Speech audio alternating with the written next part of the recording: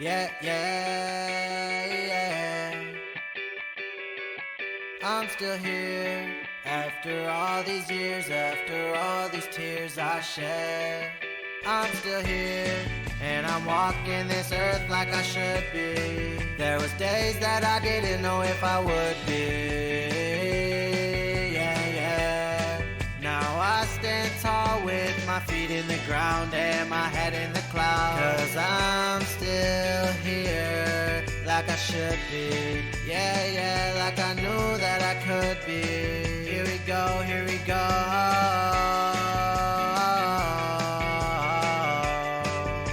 I'm still here.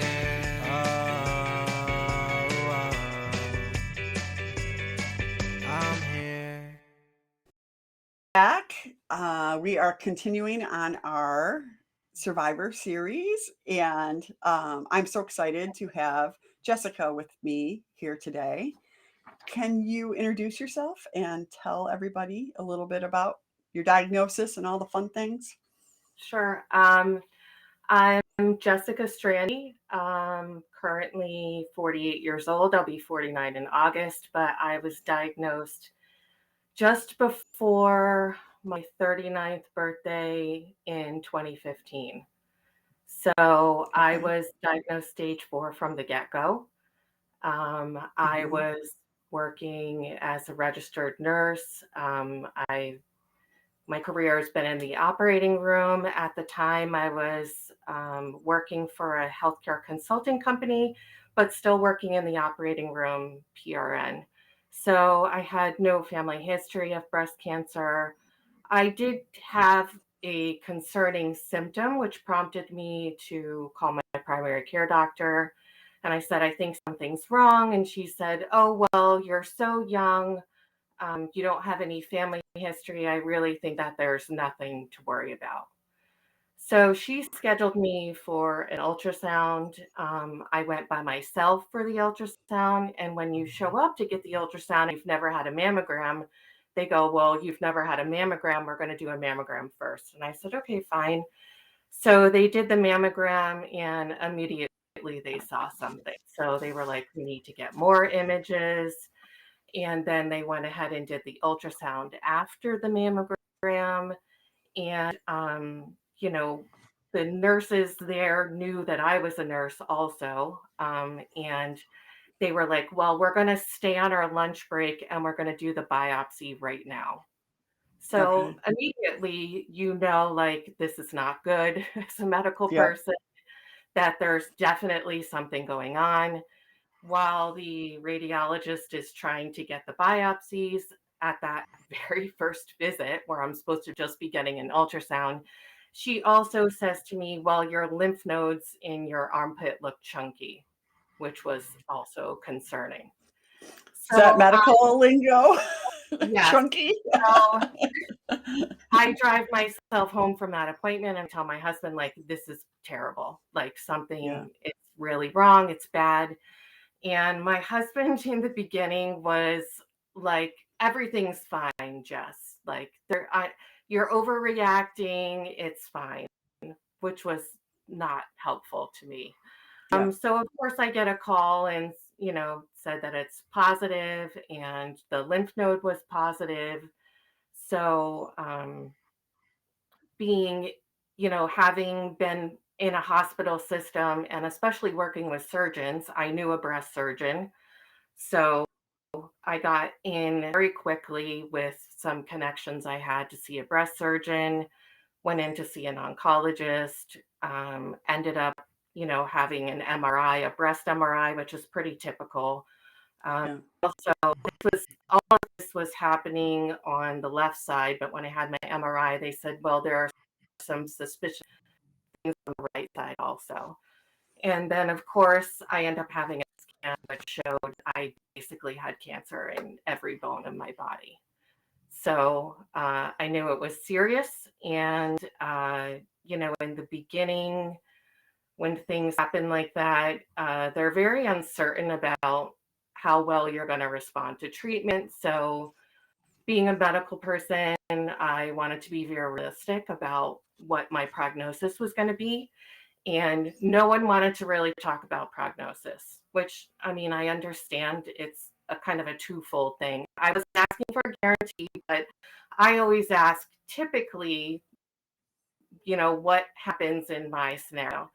And it probably took a good 2 years into treatment where my oncologist finally said to me, like, I think you're going to do okay, which is hard to live with that for 2 years, like a very real uncertainty of how things are going to go. At the Mhm. time, my daughter was in elementary school. So I had a very young child, and I was very concerned about how long I was going to be here. Yeah. Um, was it reassure I mean, I'm interested in the, like, you wanting a prognosis from somebody in Hmm. terms of, like, for reassurance Not for or reassurance. My husband was ultra positive to the point of kind of annoyance to me because okay, my brain, in my medical brain, I had to be realistic about what my prognosis was because I felt like if I wasn't and I got bad news, it was going to be devastating to me. So it was kind of okay, like mentally preparing ahead of time for bad news, if okay. that makes sense. Yeah, it makes sense. I just wonder, we all handle those things differently. So I was like, don't tell me anything. Like I had already, but I had met with a surgeon who had like shook his head and told me kind of how bad like stage 4 was before I knew I was stage 4, right? So all I could think of was being in those circumstances. So I So, guess being a medical person, I just knew the reality of it. There was no yeah, burying your head in the sand. I yeah, had worked in an operating room. I had worked on breast cancer cases. I had seen yeah, reconstructions. So for me, it was hard for me to bury my head in the sand. So I yeah. had to be realistic about things. Okay. No, I appreciate that. Tell me a few things about you that aren't cancer related. Okay. So, I'm a registered nurse. I worked in the Yep. operating room for 15 years, loved that job. Was kind of sad when I had to leave it after I got diagnosed. In college, I went to the University of Miami in Coral Gables, which is where I met my husband. And I was Okay. actually a cheerleader there for football my freshman year. And we went to the Orange Bowl that year, which was quite exciting. Oh, wow, that's fun. Yeah, fun experience. And lastly, we love to travel. My family and I love to travel. We always try to have a trip planned. It gives me something to look forward to. So that would probably be My the husband's last. like that too. He likes to have a trip on the books. So, Yes. do you have some Yeah. favorite spots? I mean, we've been to Hawaii twice, which we love. Italy was probably one of my favorites. Um, Awesome. yes. Also, the summer after my daughter graduated high school, we did a big European trip, Oh, and cool. then we went on a cruise that went stopped several places in Norway, which I wouldn't think that was on a list, but it's beautiful and amazing. That's awesome. So a lot of different places I love for different reasons. Yeah, that's great. Um, how well, let's talk first, like treatment wise. Where are Okay. you at with treatment? What do you do? What do Okay. you So I'm in a kind of maintenance phase, I would guess. I currently have Mhm. no active disease. I've been like that for a few years.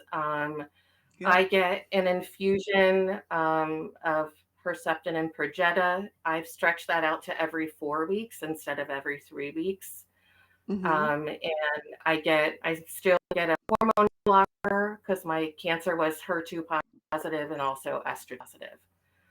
And Okay. then, so initially I was only diagnosed with widespread bone mets. They all went inactive after I finished Taxotere, carboplatin, Herceptin, and Perjeta. And then Okay. 5 years after my initial diagnosis, they did find small lesions in my brain. So Okay. I had a couple lesions in my brain. I was lucky in that they were found very early. And part of that was because I had insisted on monitoring my brain with an MRI. And Okay. that is not standard practice to No. have that done. But Yep. I said to my oncologist, who I have a very like frank and open relationship with, I said to her, no offense, but when I got diagnosed, cancer was in every bone in my body and I didn't know it. So Yeah. I'm not gonna say like we're not gonna monitor my brain after you just told me her two patients are more likely to have spread to their. So that was something I kind of put my foot down about, and I'm lucky in that I had an oncologist that was willing to do that. Yeah. So we were scanning my brain once a year until the first spot was found in Okay. 2019.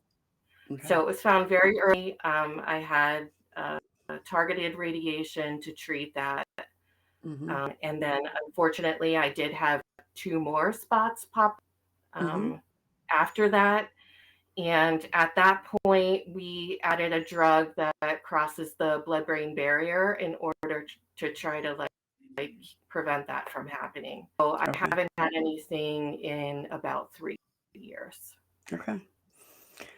Is daily life fairly are your the things that you're on, is it fairly tolerable? How do you go So through it is life at this point? tolerable. The infusions that I get basically have no side effects. I mean, I say nothing that affects your daily life. I mean, Yeah. obviously, I have things from estrogen blocking for so many years, like joint Yeah. pain, and now I have high cholesterol because I don't have any estrogen. So things like that are popping up, but nothing that's not livable. When they Yeah. add that drug that crosses the blood-brain barrier, initially they had put me, I guess, on a full dose, and you were taking a pill at home twice a day. And Okay. that was pretty intolerable to me. I had a lot of gastrointestinal effects. I just was not feeling well at all. And I went to Mm-hmm. her and I said, I can't live like this. So they Yeah. cut that dose in half and it was much more tolerable. So Awesome. now I would say I live decently normally. Yeah. And you're in the cancer center every 4 weeks, is that what you said? Yes, yes. And that was, I mean, typically how my drugs are administered is every 3 weeks. Yeah. But I have had trouble with side effects from estrogen blockers. And, Mm-hmm. I had tried three different ones.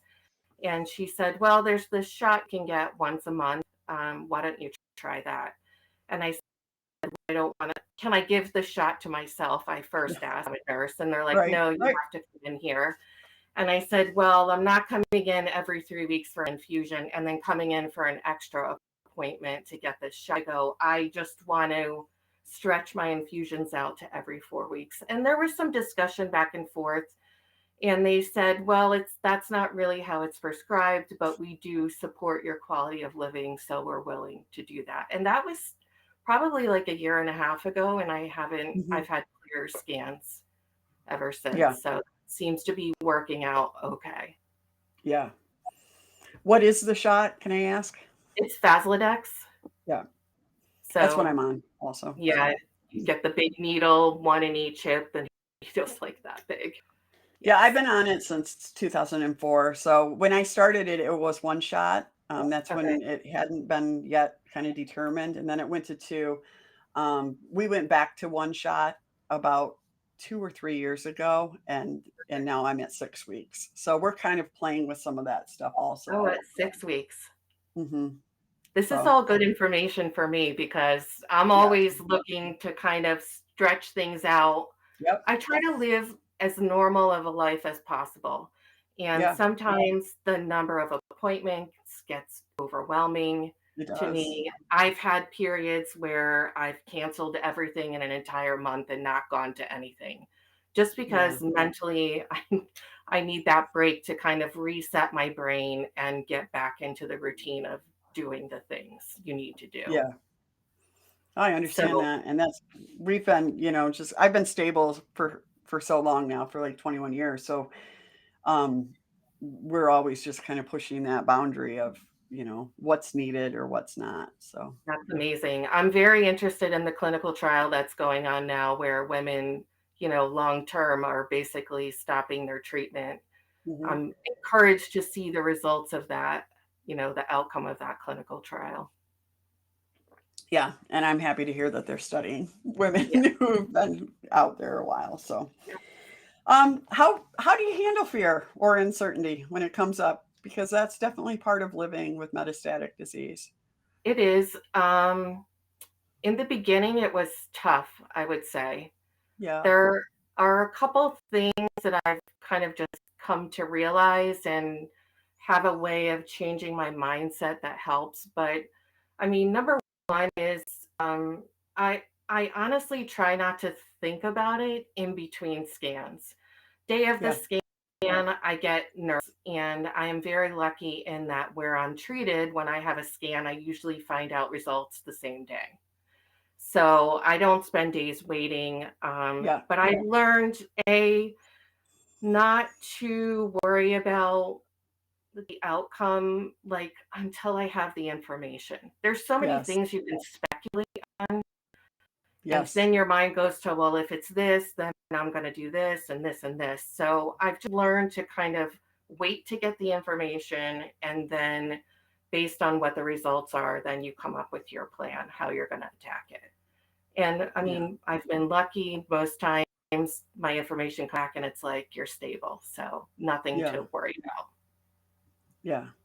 No, I totally agree with that. And, I talk a lot about people that, I know ski anxiety is so real and sometimes it's It is. worse for me than others, but for the most part, I have we do it the same way every time. I actually don't read results. I will call first. I've been at this so long that I used to actually sometimes get a paper copy of my results, like sort of thing. And so with the portals, it's one of those things that I've seen so many people freak out about scans. What does this mean? They put them on groups, they do all of Mm, these things, and it's like, oh my goodness. A lot of times borrowing trouble, and it turns out to be fine, So I always say, even a good right. scan, even a stable scan sounds pretty scary. Like, right. So, It um, does. Again, like being a medical person, I am not yeah, someone that waits.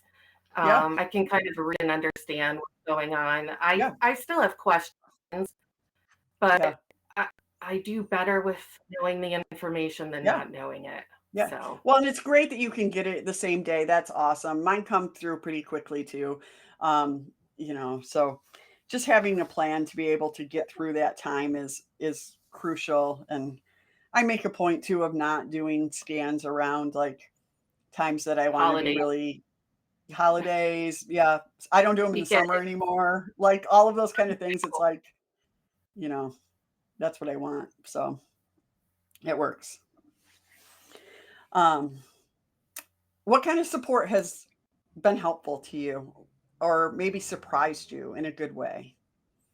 I mean, girlfriends have been like solid for me, Mhm, someone that I can talk to about whatever's going on. I definitely get those ups and downs periods, mhm, even 10 years in. And having someone that, knows me, knows what's going on with me, and support has been helpful. I was diagnosed about 2 years after we moved into the home that we're in now. We are a really great neighborhood that is ultra supportive. And, a girlfriend of mine put out a meal train when I was going out through chemo, and we had meals every day for months. I can't even tell you, wow, people I've never met yeah. bringing meals for us. It was so surprising and so I can't even explain to you like what it meant to us. Kind of restores your faith in humanity, doesn't it? And To my have I people. remember my mom saying to me, like, I didn't even think neighborhoods like this existed anymore. Yeah, It was that's unbelievably amazing. amazing. Last day of chemo, I wake up, go out to the car, and there's tons of signs in our yard, cheering me on. It Mhm, was it was amazing. And I have to tell you, I decided very early on to be kind of public about it. When Mhm. I found out I was going to go through chemo first and you're going to lose your hair, like there's no way you can hide that. And for me, it was more anxiety producing to try to hide it than to just Yep. be open about it. Yeah. So I decided early on to just put it all out there. I wanted to have my own narrative and control what was said. No Yeah. one speculating about what was going on. And then my other point too was that, it happened to me so young. I had never had a mammogram. I had no family history. The other thing is I wanted to make it very public. Like this can happen to someone with no Yeah. history. And, I wanted to make that very public because I didn't want it happening to anybody else.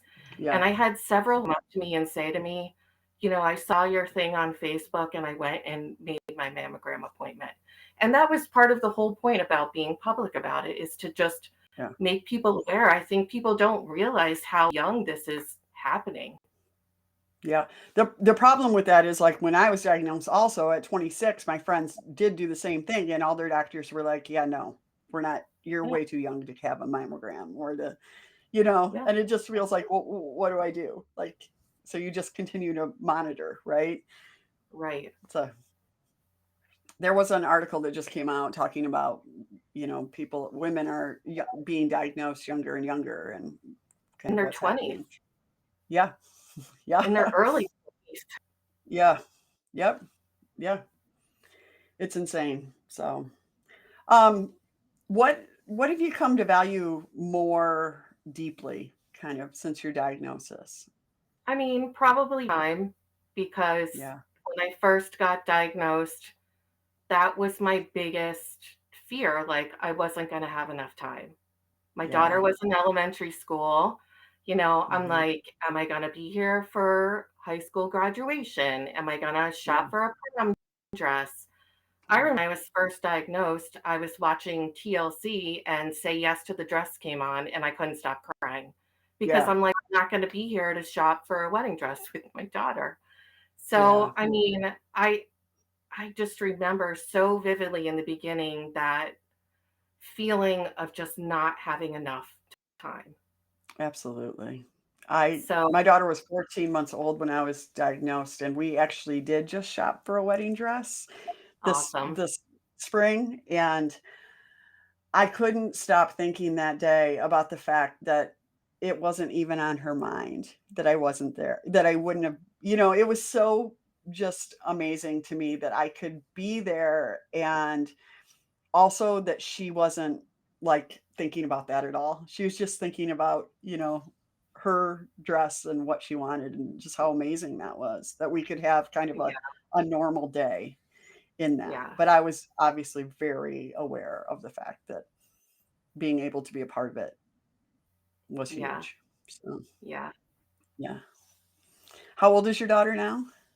So she's 20. She'll start Okay. her junior year of college in August. Okay. Yeah. So along the way, another kind of protective measure that I've done for myself is it's been really hard for me to think so far in the future. Yeah. So all online, I have just set myself smaller goals. Like when she was in Yep. elementary school, I'm like, okay, I have to get her into high school. That'll be the kind of next big thing. And Yep. then she made it into high school. And then I'm like, okay, high school graduation.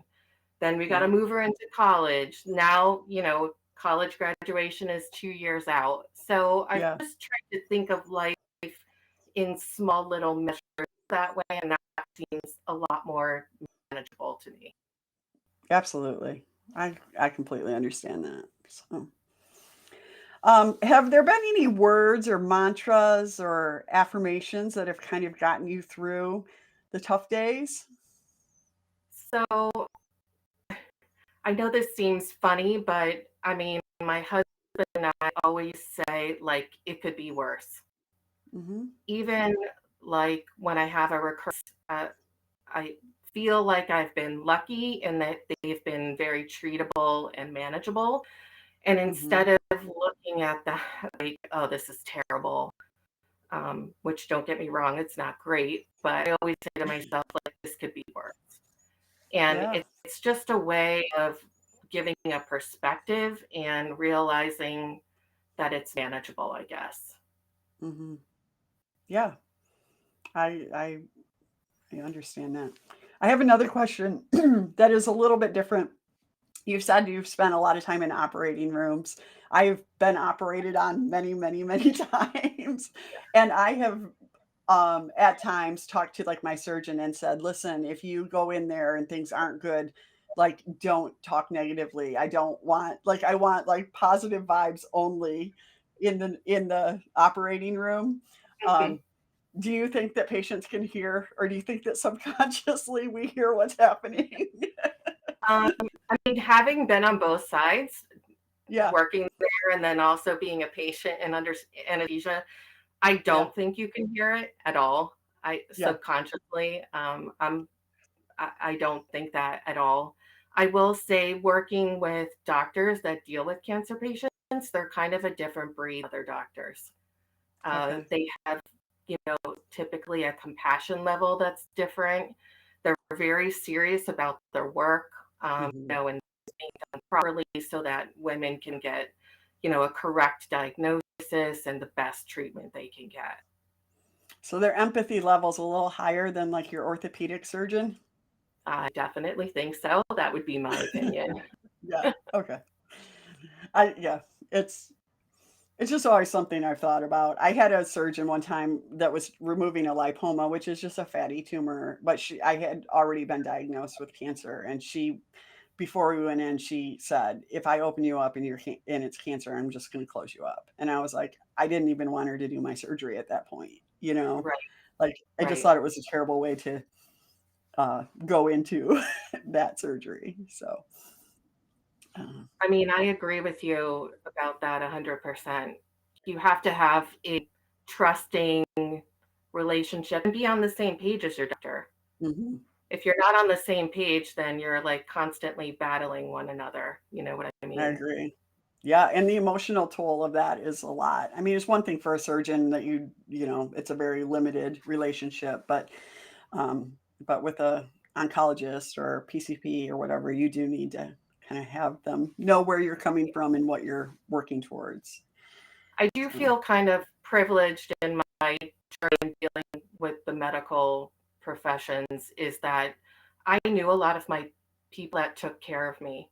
So yeah, they had a relationship with me before. It kind of allowed me to move through this process a lot more quickly than I think than typically people do. And then yeah, also, I have been a fierce advocate in what I believed were treatment choices for me. And hmm, I've had a lot easier time navigating those choices that I wanted, even when it was in opposition of what they thought I should do. hmm, I think it's because I had personal relationships with them. I mean, I I said from the get-go I wanted to have a double mastectomy.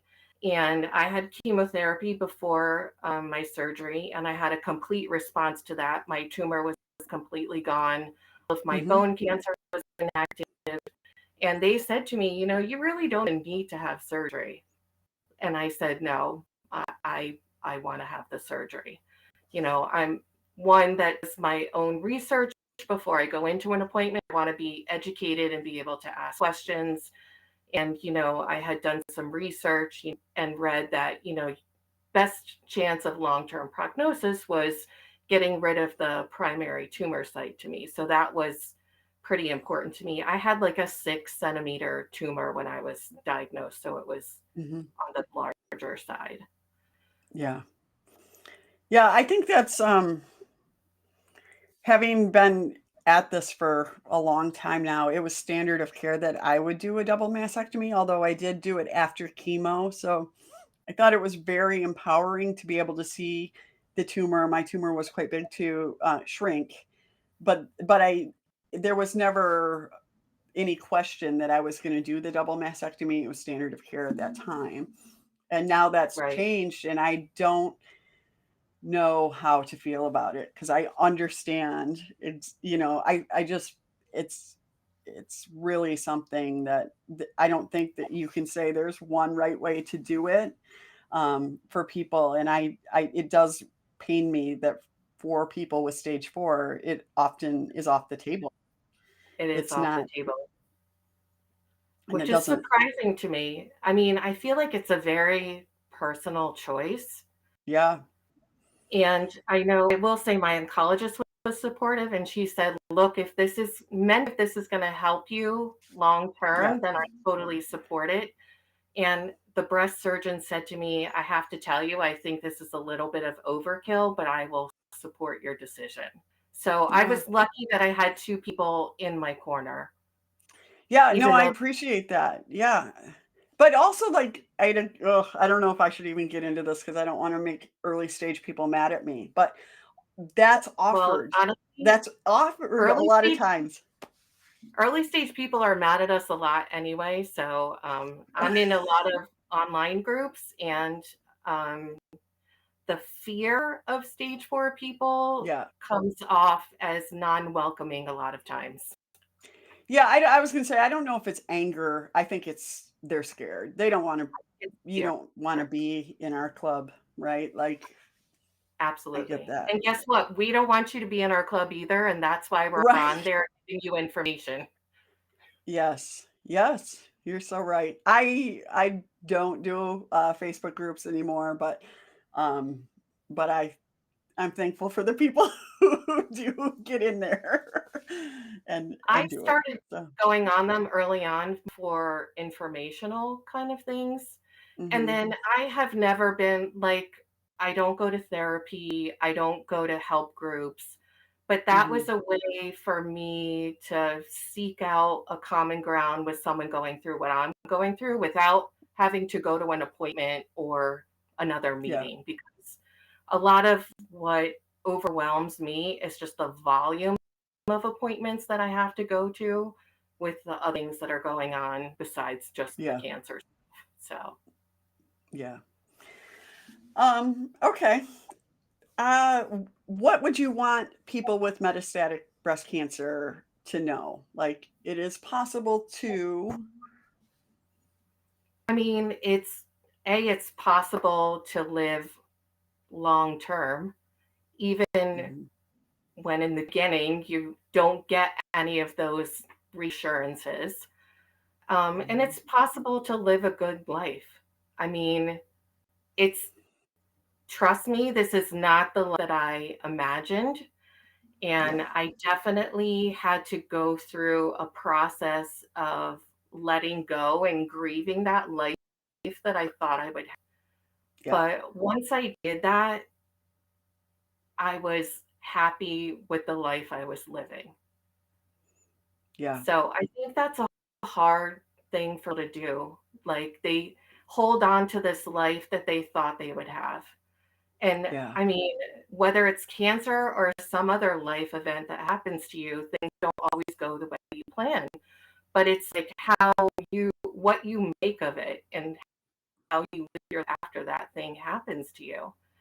yeah. So with having a young daughter, I decided very early on, if I was only going to live a year or two, I wanted to have the best memories of me. I didn't want her remembering me being angry or unhappy.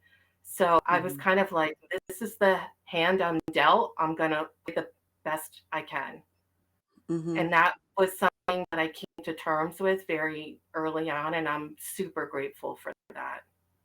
Yeah, that's awesome. That's awesome. So what does this podcast is called I'm Still Here. What does it mean to you to say I'm still here? I mean, I'm super proud. I, in the beginning, there's no way I thought I'd be celebrating year 10. Mhm, So, August, I'll be 10 years living with metastatic breast cancer. And um, I couldn't have imagined living this long in the beginning. And mhm, all of the things that I've accomplished in that time, all of the memories I've made with my family and my friends, and it's so meaningful whatever time you have left, I think it's important to make it meaningful for Yeah, yourself and everyone that you love. absolutely. Just recognizing that time is not a given is really an important and life-changing It's event, I not. think. I will say the one good, um, there's people think like, oh, you get cancer, nothing good comes out of that. Right. And I would disagree. I mean, it gives you a perspective that other people don't have. Yeah. Everything like kind of instantaneously become black and white for me. Like, and Mhm. it decisions were easy about, life things, and you just Mhm. realize what's important. Yeah. I kind of along those same lines, I find that when I have people that I interview, they immediately will tell me their age. And I think as women, it's always kind of like, oh, I'm whatever. Sometimes people hide their age, but um, having birthdays, living to another year is absolutely the goal, right? So I am proud to say that I'm, you know, the age that I am. I'm 53. Um, and I never thought I would be here. So, like, I just want to own that. So Yeah, I I will hate say, hearing people lament about birthdays. I mean, my own husband did it. I don't know, it might have been early 40s, and he was complaining about getting older and Hmm. not feeling as well. And I said Sure. to him, "Don't ever complain to me about turning a year older. Like I'm Yeah. literally fighting for every birthday." Every And he said, "You know what? You're right. I'm never going to complain about that again." So Good it for is you. true. Like I was just talking with some girlfriends, and you know, as we get older, we're in our, hitting 50 or in early 50s, talking about, oh, little tweaks, you might want Sure. to do, your eyes or Yeah. whatever. Yeah. And my girlfriend, who knows me really well, looked at me and she goes, "You really don't care about this, do you?" And I said, honestly, I said, no, like it's not Yeah. important to me. I said, but, if I weren't sick, I would probably feel exactly the same way you do. Yeah. So it's just a different perspective. And it's, I don't take any of those things personally at all. I Yeah. don't like when friends, will come and kind of complain to me and they go, "Oh, I shouldn't complain to you." And I don't feel that way. Like people have your Mhm. problems are just as big as my problems. Like there's no comparison. And we're friends and I want you to totally come and complain to me about what's going on in your life because that's what friends do, right? They've done it for me a Yeah. million times. I want to Yeah. reciprocate in that way. Yeah. Yeah. I agree. Thank you so much. Is there anything else that you'd like to share before we I go? mean, I don't think so. I thanks for having me on. It's so Mhm. encouraging to see long-term people. I love Good. seeing that. I love hearing from them. I love that you're doing this and spreading information, having people on. Good. I think it's been an important part for me to, um, be active in groups and speak on this and share my experience. Yeah, a Because lot of times it does just take one, right? And that's been one of the things that I would have given anything, especially early. I was diagnosed at the end of 1998, so to have somebody that I could look up to, and in fact, I got a letter in the mail from a woman who I didn't know, and she sent me a cassette tape with a meditation on it, and she said, "I am doing this, and you can do it too." And just even that, I've never met her. I never, but just somebody to light the way. I think that's what we all need. So, thank you yeah, for being a part of that today. thanks for having me. Thanks so much for watching and being a part of our community. It means the world to us. Our goal is always to help as many people as possible live well with cancer. You can help us by subscribing and sharing episodes when you hear of others that could benefit from it. We really appreciate your time spent with us and your commitment to offering hope and inspiration to others.